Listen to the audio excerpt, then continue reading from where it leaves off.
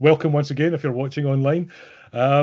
As I say, today it's going to be Alessandra who's going to be talking to us about her work in Nepal. The next event is Muriel Sippel, who's going to be talking about creative thinking and mental well-being. And we've just had confirmed that Folaseo Olaleri, another colleague at the Open University, he's going to be talking in March. And we're still having a discussion about what Fola might be talking about at that session, but it will be interesting. Some of Fola's work in design education particularly is worth listening to. So I think I'll just hand over to you, Alessandra, if that's okay. Just introduce yourself and what you're going to be talking about today. Is that okay? Yeah, of course. Thank you, Derek. Cool. Hello, everyone. Thanks for joining. I am Alessandra. I'm a design lecturer at the Open University. I joined the Open University in 2021. And I was an art and design lecturer at the University of the Highlands and Islands in Scotland before. I'm from Italy. I'm based in Glasgow. And most of my research work happened in Nepal. And today I'm going to share some of the finding and reflection from the last research project we are working on, which is about STEAM education, and it's about STEAM education in community and government schools in Nepal with a focus on girls. Maybe I'm going to share some slides, if that's okay. Let's see if it works. Hopefully it does.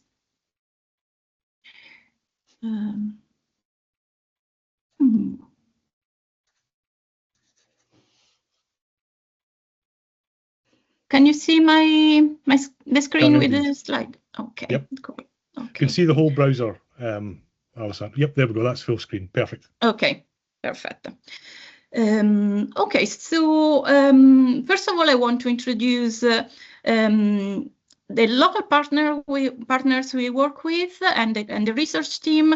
So the project is funded by the Open Societal Challenges at the Open University, and it's a pilot project. It's a 2-year pilot project about STEAM, which is science, technology, engineering, arts and mathematics in Nepal. And we are working with Fablab Nepal and Impact Hub Kathmandu.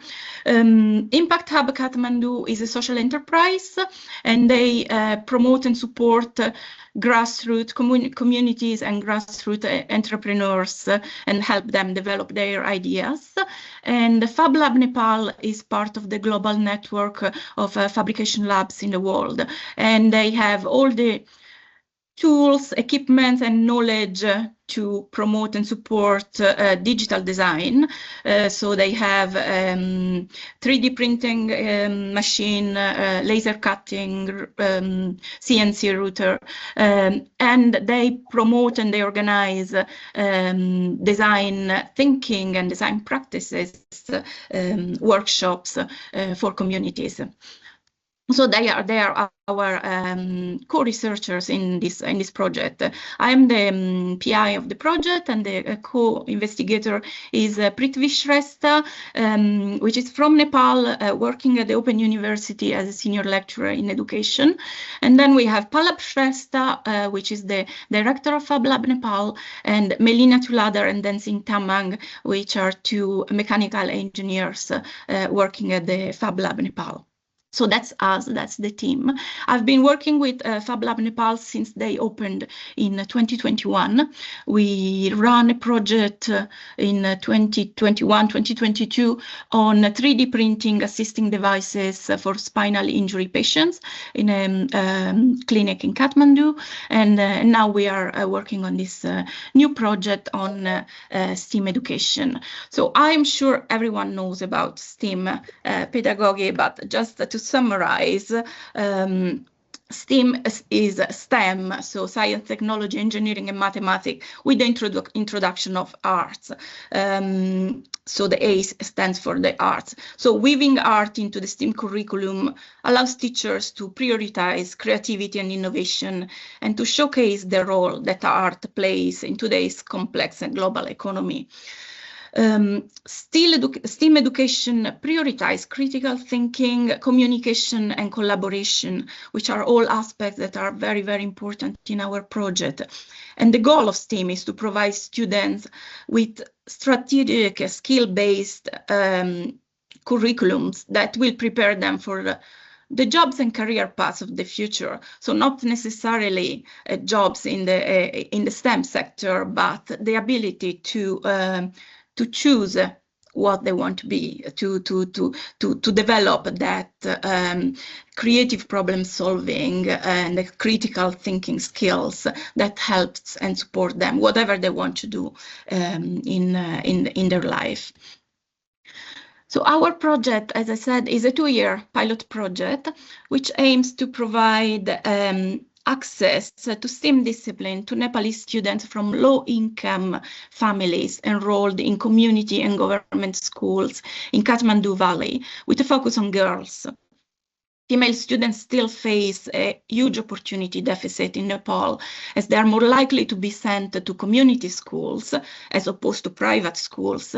And most of these community schools do not have the infrastructures, resources, or skilled teaching staff to provide their students with skills to function and to succeed in the modern world, or even just to progress to higher education studies or discover and follow their interest.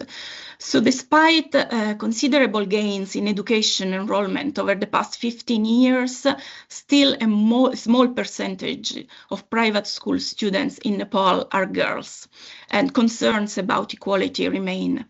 The COVID-19 pandemic lockdowns further exacerbated the gap between private and public school children because of the requirement of online learning platforms, which were unavailable to public schools and students, as you can imagine. In our 2-year-long project, we are working with 2 community schools in the Lalitpur municipality in the Kathmandu Valley. One school is based in the city center and is a girl-only school. And the second school is a mixed school with a majority of female students, and it is based on the outskirts of the city. So the majority of the students actually come from villages outside Kathmandu. And we are focusing on grade 6 students, age 11-12, for this specific project. Our 2 main questions, we have a lot of questions on this project, but our 2 main questions are, can the use of STEAM pedagogy in city, community and government school help filling existing social and gender gaps in the education system? And as a consequence, can we help reduce them in society? And how local culture and traditional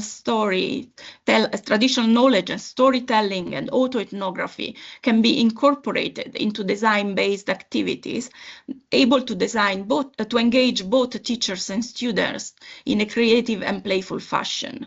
We are trying to develop a place-based pedagogy aimed at developing a sense of belonging both in teachers and students through creative and design-based activities.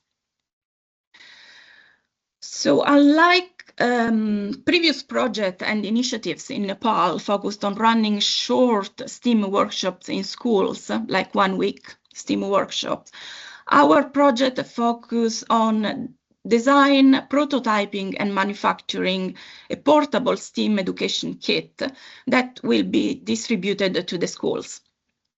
We want the schools to be able to run STEAM classes independently, so the design and delivery of STEAM teacher training for the school teachers involved in the project is a priority and an essential element of the project.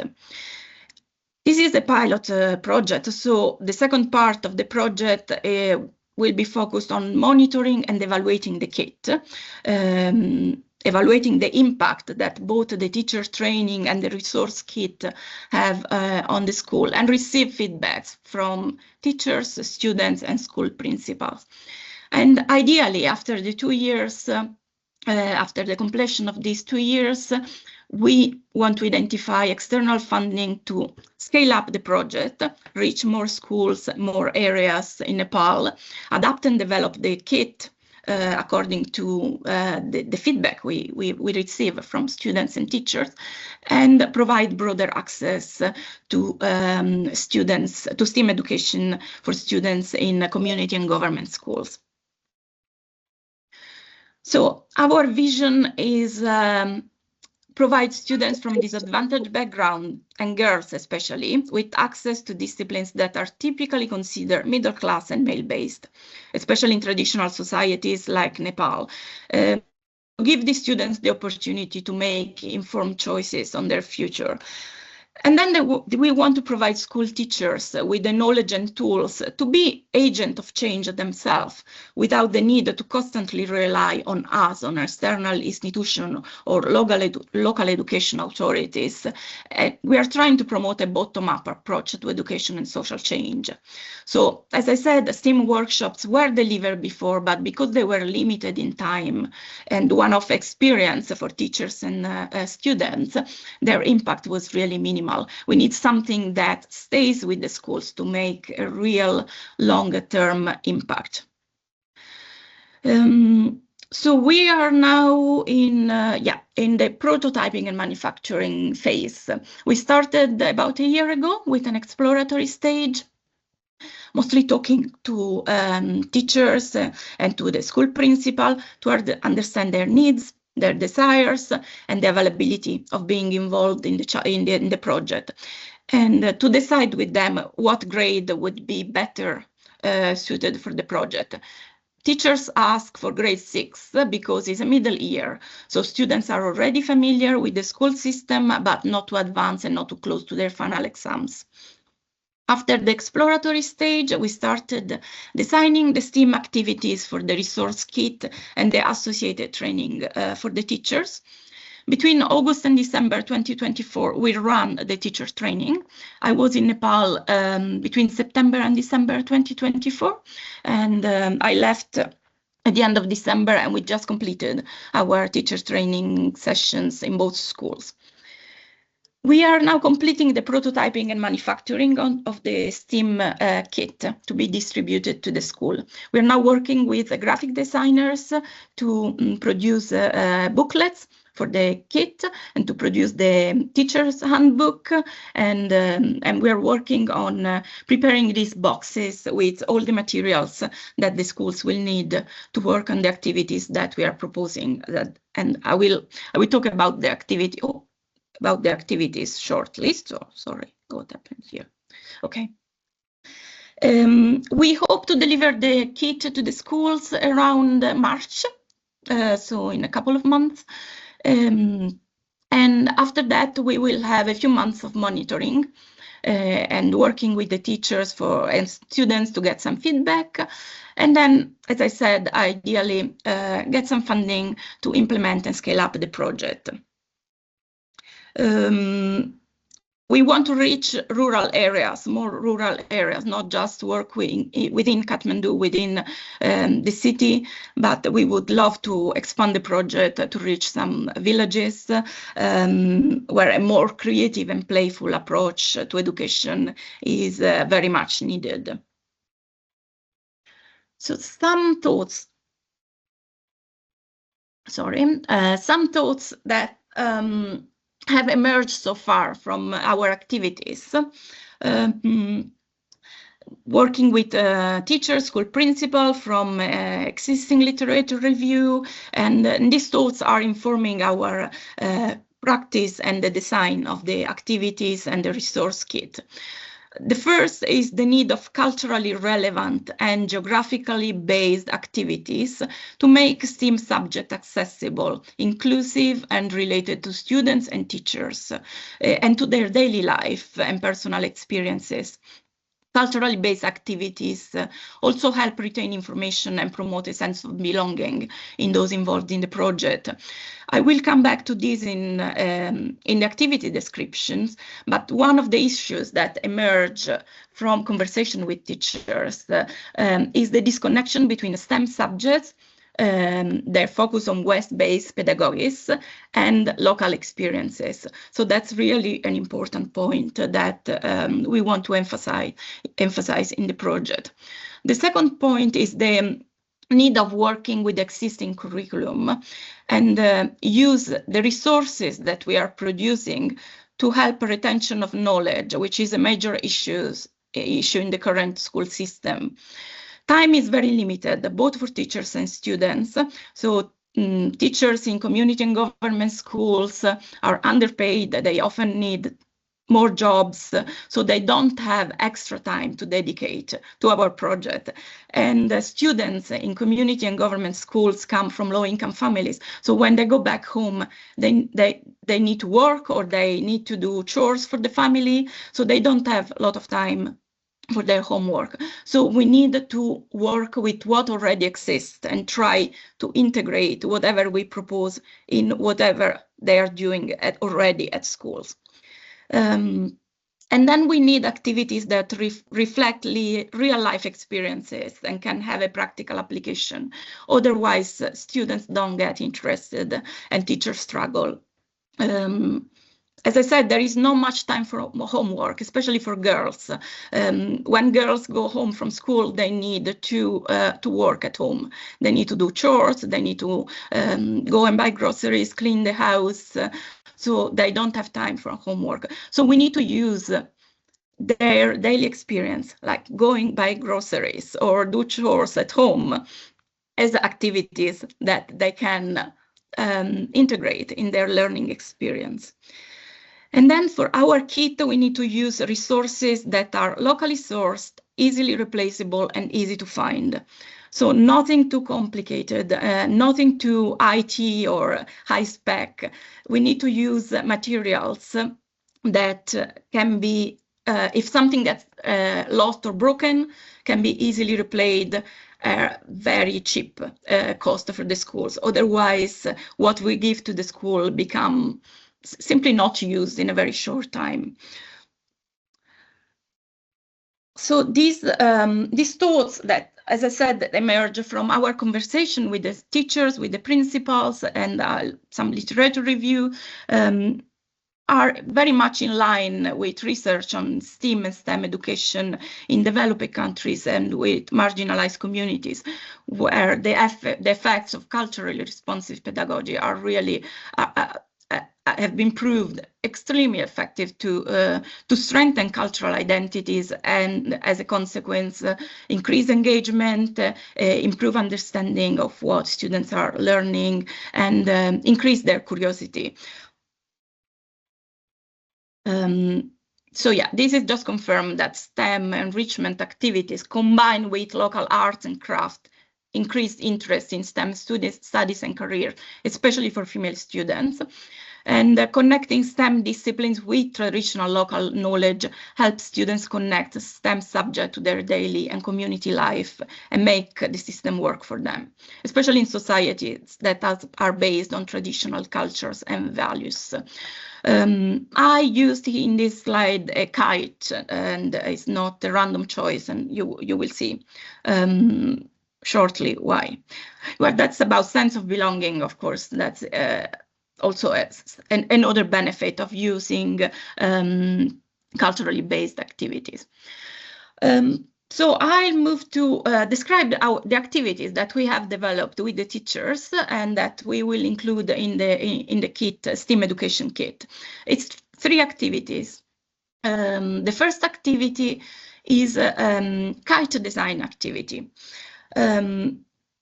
I've included in this slide some photos from the teacher training. So in the teacher training, teachers have been proposed the same activities that they will teach to their students. This gave them a very immersive practical experience about what they will teach to their students, and also the feedback that we got from them on the overall experience was very helpful for us to refine and improve the activities that will go into the kit. So the kite activity is in 4 sessions. So we had 4 2-hour sessions with the teachers once a week. The first session was about design and build your kite. So these involve geometry, math, knowledge reflection of materials, and the design process. The working groups, both the teacher and students will work in groups. This was the first session. The second session was about sharing kite stories. It was a storytelling session, and I said that kite is not a random element. Kite is very important in Nepali cultural life, and it is used in major festivals. People fly kites during Dasain, which is one of the major festivals in Nepal. And it has religious meanings. It is meant to connect humans with gods. By flying a kite, you establish a connection with the sky, with gods, with the ancestors. And flying the kite during religious festivals is fun, of course, but also establish this connection between the realms of humans and the realms of gods. So everyone in Nepal knows how to fly a kite, and everyone has experience since their childhood about kite flying. So the storytelling session was about teachers sharing their stories from their childhood or from helping their children to fly kites. And it was a very engaging session. We were surprised how much they wanted to talk and share. We thought they would be shy, but they weren't at all. They wouldn't stop telling stories. And at the end, the feedback they gave us was extremely positive. They said they loved to share their stories, their experiences. They felt very empowered. So we hope they will remember that when they will run this session with their students. The third session was about decorating the kite. You can see in the pictures that some teachers chose like traditional imagery, like mandalas, and some others chose sort of daily life scenes for their kites. Decorating the kite is about choosing what is the message you want to send it to the sky. So it can be connected to local visual imagery, or it can be very personal, something that you care about, something you want to send up to the sky through flying the kite. And flying the kite is the last part of the activity. These involve some movement, so going out, first of all, and it also involved reflection on science, physics, forces, what do you need to be able to fly a kite in terms of scientific knowledge. So this is the first activity. And the second activity is Hat Bazaar. Hat bazaars are markets that take place on a weekly or bi-weekly basis in a playground or an open field in Nepal. And they are accessible to most families in a village. They were developed as an alternative for small-scale farmers to fulfill their economic potential by selling their products, from vegetables, fruits, but also clothes, spices, honey. So they promote the local food system. They're very popular in Nepal. Everyone knows what a hat bazaar is. And Hat Bazaar also serve as meeting places, especially in rural settlement or at the outskirts of the city. So the Hat Bazaar activity is starts with a sort of role play. So what do you want to be in the bazaar? So teachers and then students choose their role, what they want to sell, the products and the price of the products. And they need to choose a name for their small shop. The second part is about designing your stall within the bazaar and decorating it and drawing all the products that you want to sell, and prepare a flyer for advertising, a flyer that you share with a group. You can propose discount, or you can be very creative in how you promote your small shops, your small shop in the bazaar. And they also have to decide the price of their product. So they need to determine the selling price for the list of products, considering profit and loss. And that's part of the curriculum for grade 6, knowing about the profit and loss. But it's also what children need to know when they go out buying groceries, buying fruit for the family, when they go back home after school. And we 3D printed in the picture on the top, you can see some coins. We 3D printed at the Fablab these coins, which are multiples of Unit 5, because we need to keep the prices quite simple to help the students make a calculation of profit and loss.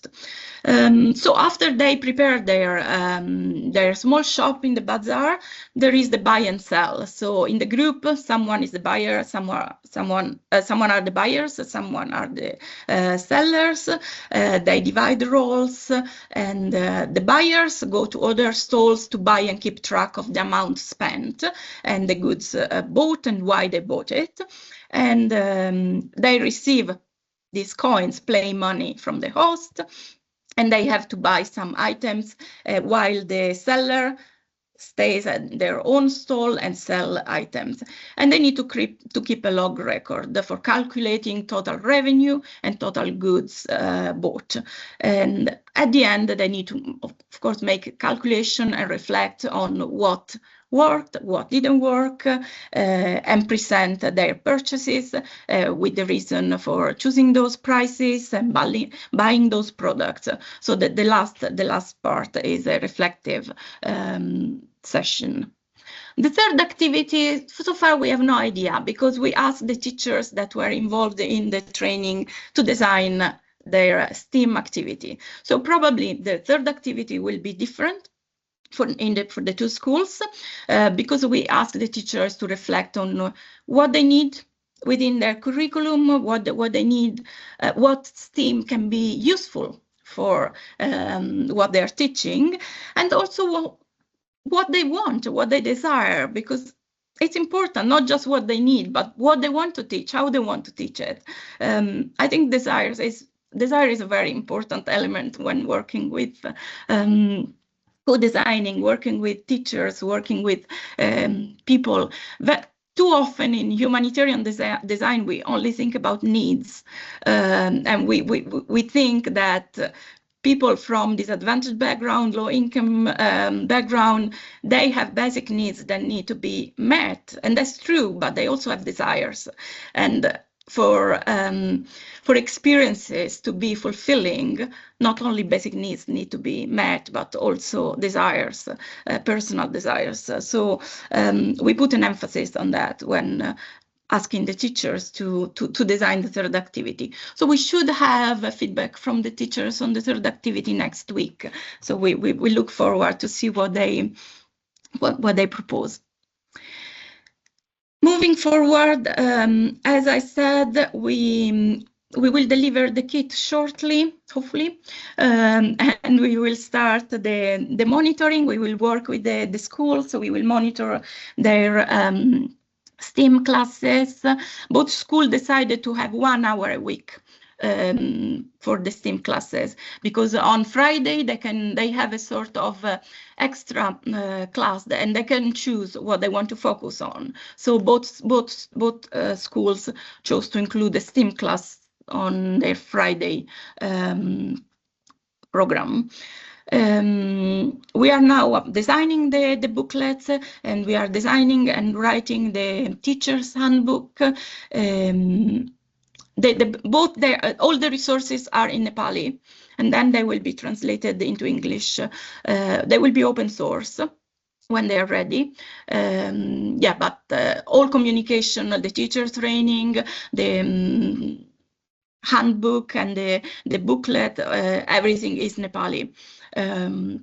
We want to make them in English too, for them to be accessible, as they will be accessible as open sources.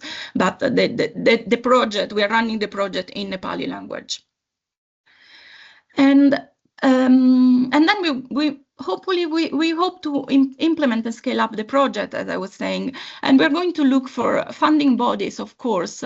But before leaving Nepal, I had a conversation with Padmakshi Rana, which is the director at Impact Hub Kathmandu, one of our partners, and she was suggesting to make an experiment. So to try, once the kit and the teacher training are ready, to try to propose them to private school and sell them to private schools that might be interested in the program, because STEAM education in private school has become very popular in the last couple of years.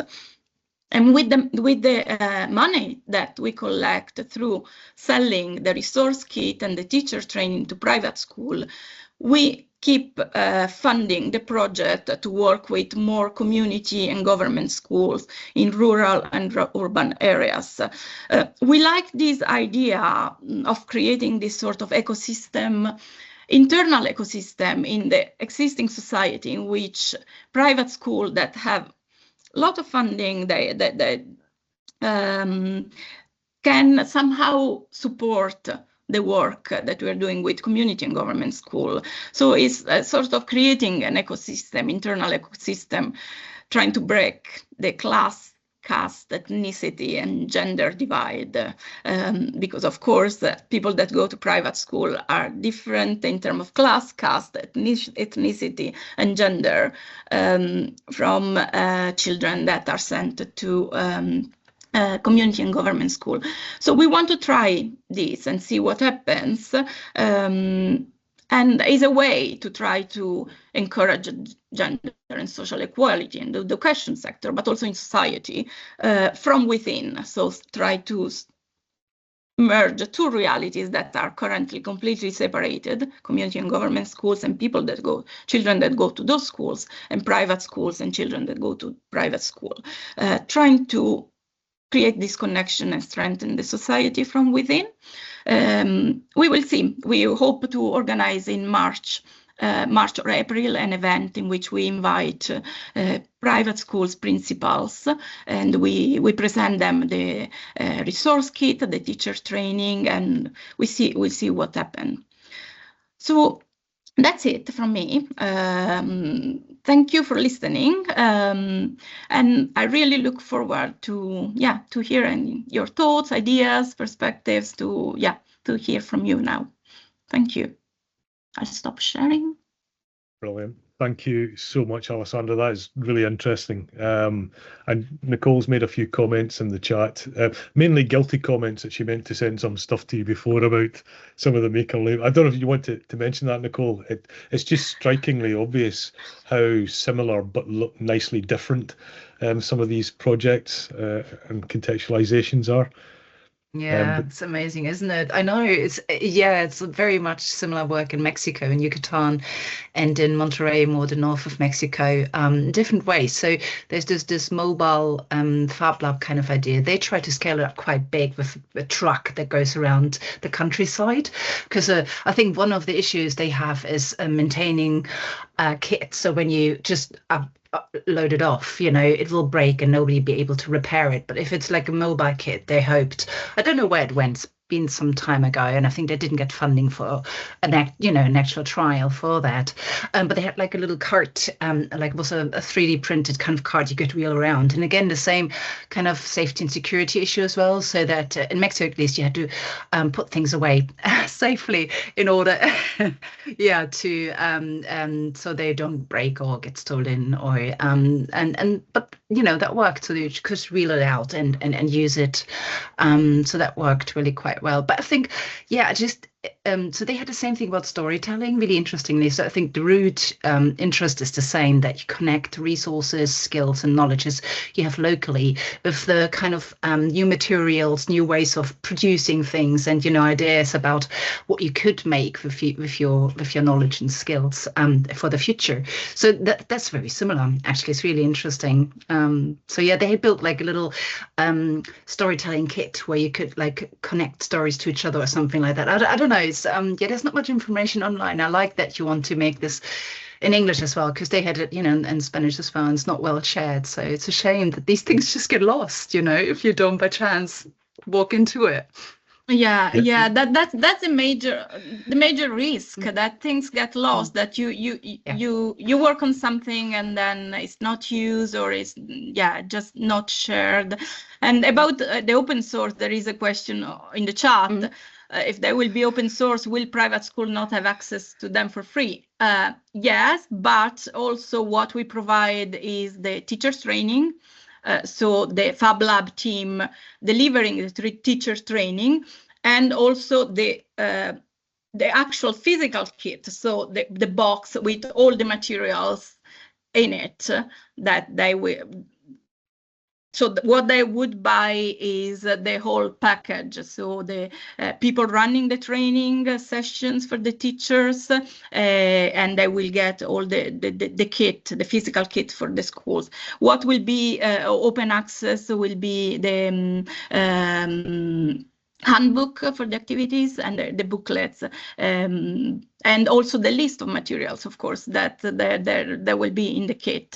But we also acknowledge that the private school would like to have something well organized by the Fablab, with people delivering the training and receiving nice nice kits. So yeah, we'll see. And I see also another question from Fola in the chat. They are not extracurricular activities. We are working with what students grade 6 need to learn. So we got the curriculum and all the topics that they need to learn in grade 6. So our goal is to not propose extracurricular curriculum activities, but try to strengthen the knowledge and skill of those topics, those subjects that are part of the curriculum in grade 6. Okay, cool. Thank you. I think we mentioned this before as well, Alessandra, but another project that we did do in Chile looked at different schools in different economic spaces. And one of the other tricks that we pulled as well was to actually connect the schools from very impoverished backgrounds to very, very, very affluent backgrounds. When we did the teacher training thing, we tried to focus on the teacher as the resource, as opposed to the actual, the materials of the activities. And it turned out that all the teachers had the same problem, which was a lack of time and space inside the curriculum for radically different reasons, for very, very different reasons. But as you say, you don't have your entire life to dedicate to being a teacher when you're in certain contexts. And when they saw that they had the same, if you like, fundamental problems, they actually started sharing resources across sort of economic divides, if you like, in slightly different ways. So there's other like disruptive paradigms that might actually be quite funky to try as well. Anyway, sorry, I was a bit of a digression. No, it would be really. I have no idea what will happen, because I know that the divide is big, and there are hardly connections between between different classes. But it would be lovely if a connection can be created, and so any suggestion in that sense on how we can try to create a connection would be more than welcome. Yep. I don't want to hog the conversation. I do have a question about that. I would like to ask about the infrastructure and the wider community of educators, but we can maybe come on to that a wee bit later, because I think it touches on a few comments that people have made as well. But did anybody else want to come in, either offer any observations or any questions on what Alessandra was?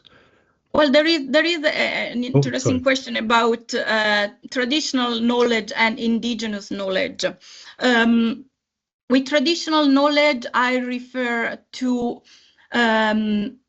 general knowledge that comes from learning from communities and families in Nepal.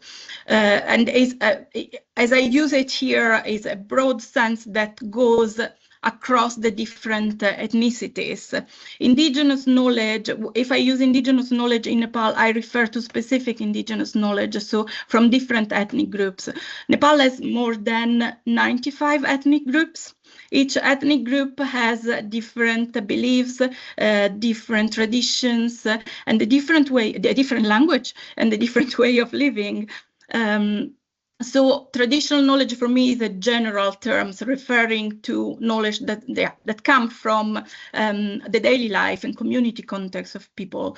And then indigenous knowledge is the knowledge that comes from the 95 and more different ethnic groups.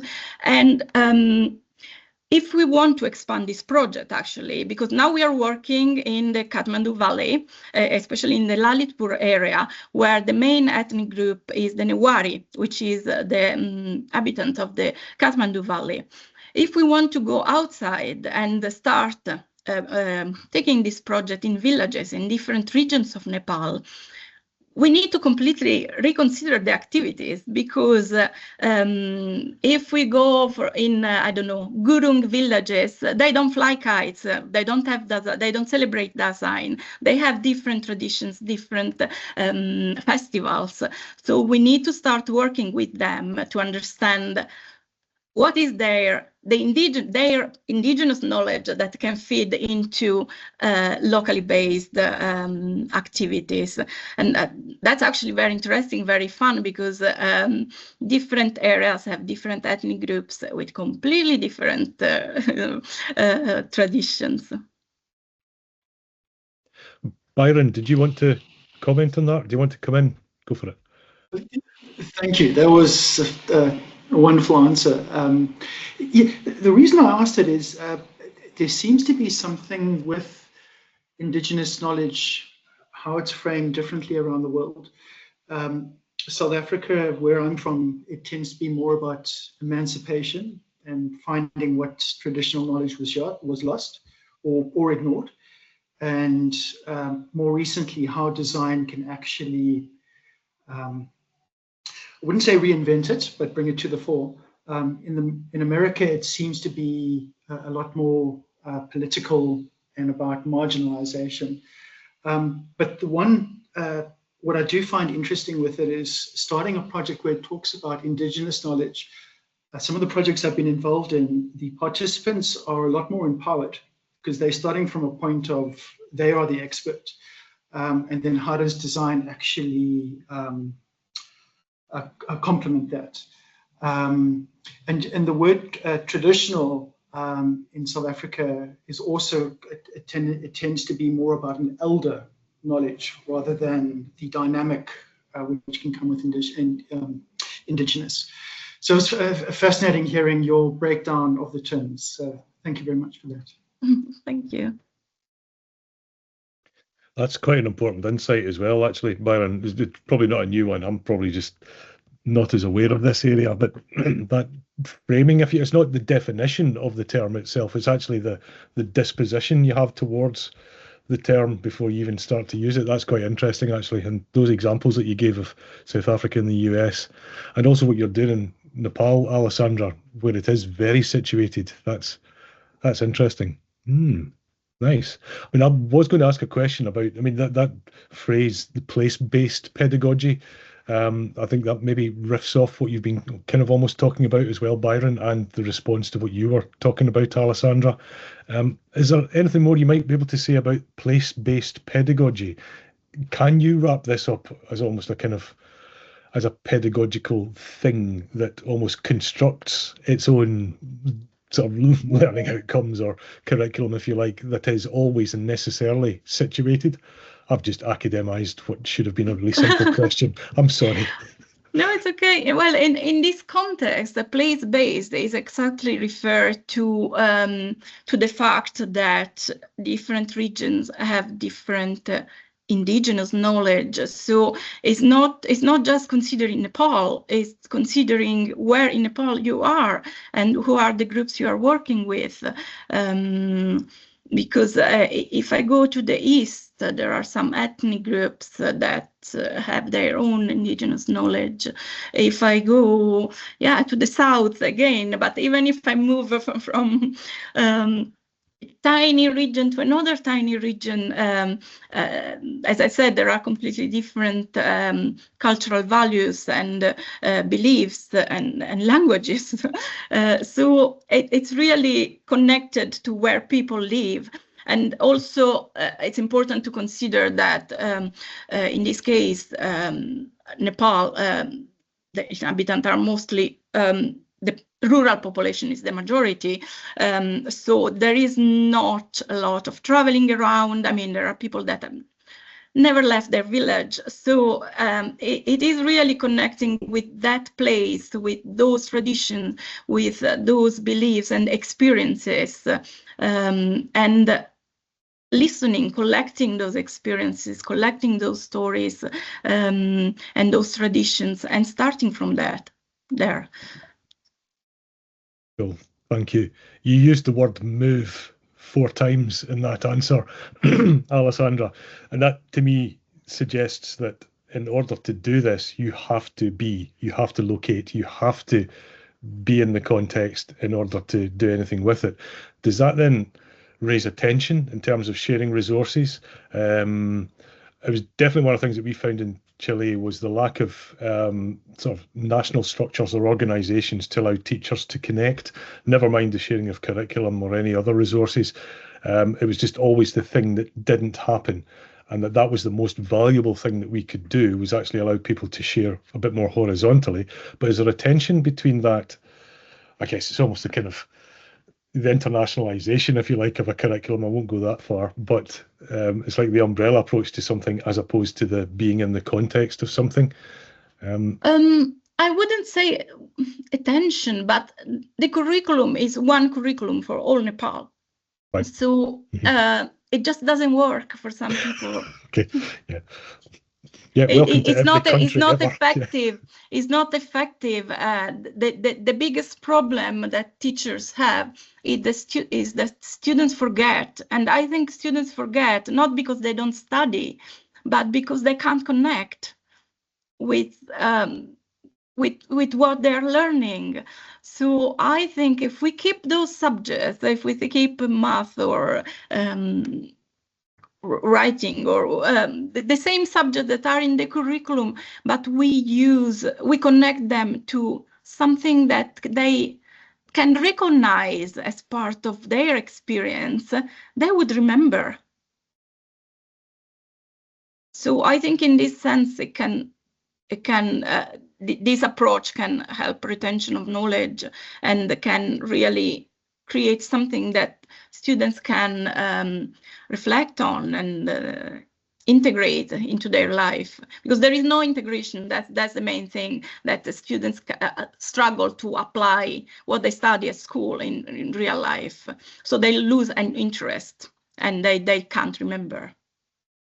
Yep, totally agree, absolutely. And maybe that does hint at a possible response, Rashid, to your question, that connection isn't just necessarily a connection of experience. It could also be a connection that speaks in a different way. I'm sorry, Rashid, I wonder, do you want to come on and maybe talk to your question there, or? That's such a good question. It is, yeah, definitely. Yeah, I love it.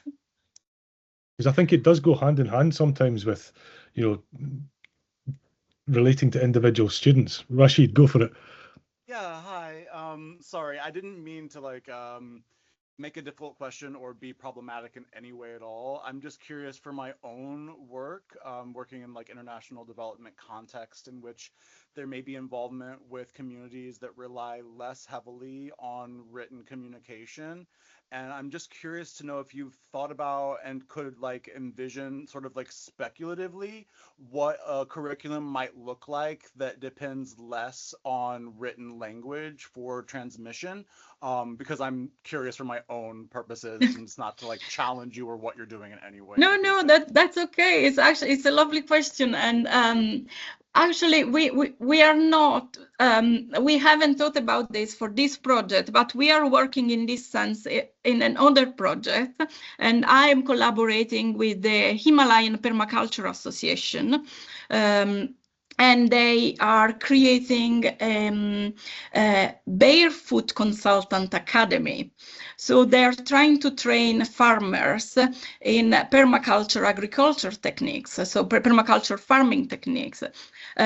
These farmers can't read and can't write.